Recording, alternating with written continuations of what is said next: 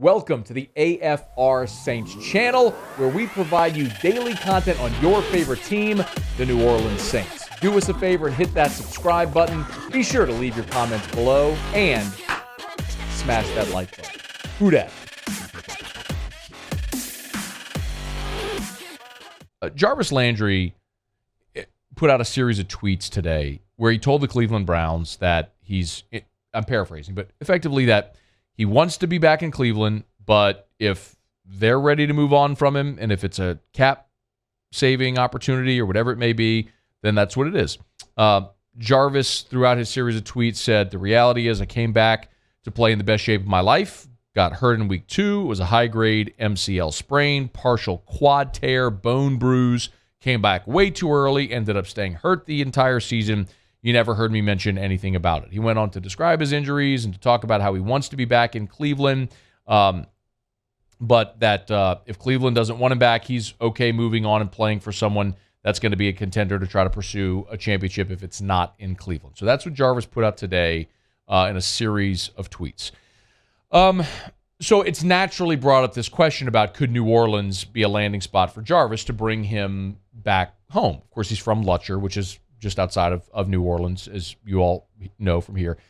There's a couple of ways to look at this. And my point, and some people will poo-poo when fans talk about players and if a team should pursue a player. Every general manager for every team should be inquiring about every good player regardless of their situation, because you never know until you pick up the phone and you make that call just to see. It's not always going to work out. But if you're not doing your due diligence with every available player, you're being negligent. Yes, Mickey Loomis, especially a team like the Saints that are so desperate for receiver help, absolutely should be doing their due diligence on Jarvis Landry if he's available. When the Browns GM, Andrew Berry, spoke back on January 11th about Jarvis Landry, it certainly sounded like a farewell to Jarvis Landry. And the reason is because of the cap situation. So the Browns have $24 million in cap space, but Jarvis, his cap hit this year is $16.3 million. The dead cap money is $1.5 million. So, I mean, they would stand to save more than $10 million against the cap by cutting or waiving Jarvis Landry or trading him. It makes a lot of sense financially for them to do that, especially if they feel like Jarvis is at a point in his career where he's got 1 year left on his contract, and if they're not going to extend him. Well, are you really going to compete for anything next year? Don't know what their quarterback situation is in Cleveland, or what it's going to be if it's Baker, if they're moving on from Baker. That's a big question for them this offseason. That's irrelevant. The point is, there's a very real possibility that the Cleveland Browns move on from Jarvis Landry. And would it make sense for Jarvis to end up in New Orleans? Well, I would answer it this way. It's almost like the Mark Ingram question this year. It's not exactly the player. It's, is it okay for the player to end up with the Saints? It's how does he end up with the Saints? The Saints traded a 7th-round pick for Mark Ingram, a future 7th-round pick. Okay. I mean, most 7th-round picks don't make the squad. So I'm okay giving away a future asset to bring in a guy that could help you immediately at a position of need. I was fine with it. And Ingram, obviously was on the COVID list, battled some injuries, but when he played, he was respectable. Jarvis specifically, he's 29 years old. He'll be 30 in November. If you trade for Jarvis Landry, you would have to sign him to a long-term deal. He's got 1 year left on his contract.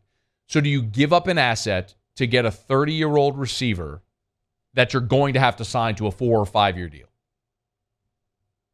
And you only make that trade if with the understanding that he's going to sign a long-term extension. Are you going to commit to Jarvis Landry, who's been an Iron Man, never missed a game in his career until this season where he battled injuries and missed time for the first time in his career? Are you willing to commit to an aging receiver when you already have $100 million sunken into Michael Thomas, who has missed basically the bulk of the last 2 seasons? And if you are willing, what are you willing to give up to get him? That's one. 2, you can wait for Cleveland to cut him. But if you do that, Are you sure Jarvis is going to sign with you? Similar to the Odell route. Odell, at Super Bowl media availability, said he considered signing with the Saints. Says the right situation, not the right time. And he went to L.A., won a Super Bowl. It was the right decision. Jarvis Landry, if he becomes a free agent, will have better options than New Orleans. Because the reality is none of us knows what New Orleans is going to look like in 2022 and beyond.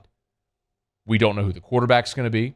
We don't know if Pete Carmichael is going to be able to run the show by himself as the offensive coordinator. I think he will be. I think he'll be fine, but we don't know that. Sean Payton is gone. The appeal, the allure of New Orleans for offensive weapons doesn't really exist anymore. Is Dennis Allen going to be a competent head coach? Don't know. If Sean Payton were still there, it's a much easier decision, but it's not.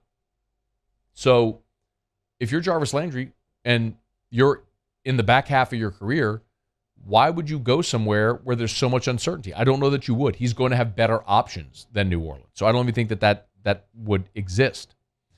And then the other part of it, too, is Michael Thomas and Jarvis Landry are so similar.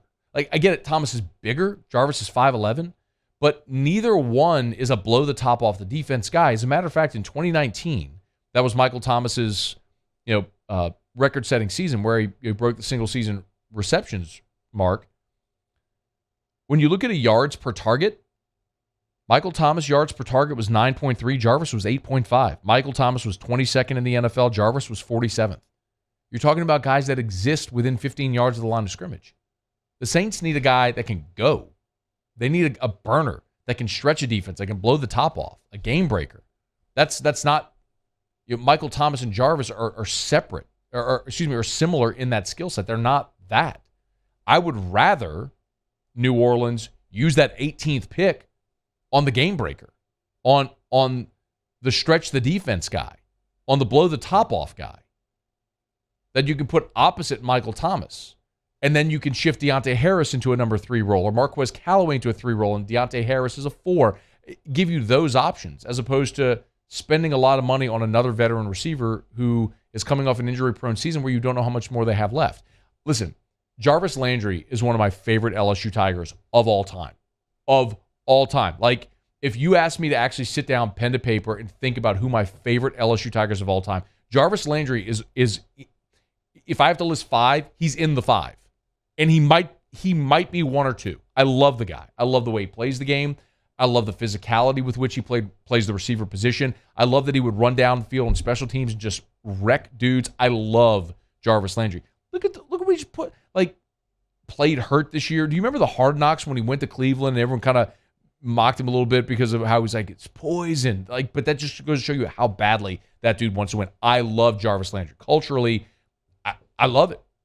I don't know if it's the right time for Jarvis in New Orleans. So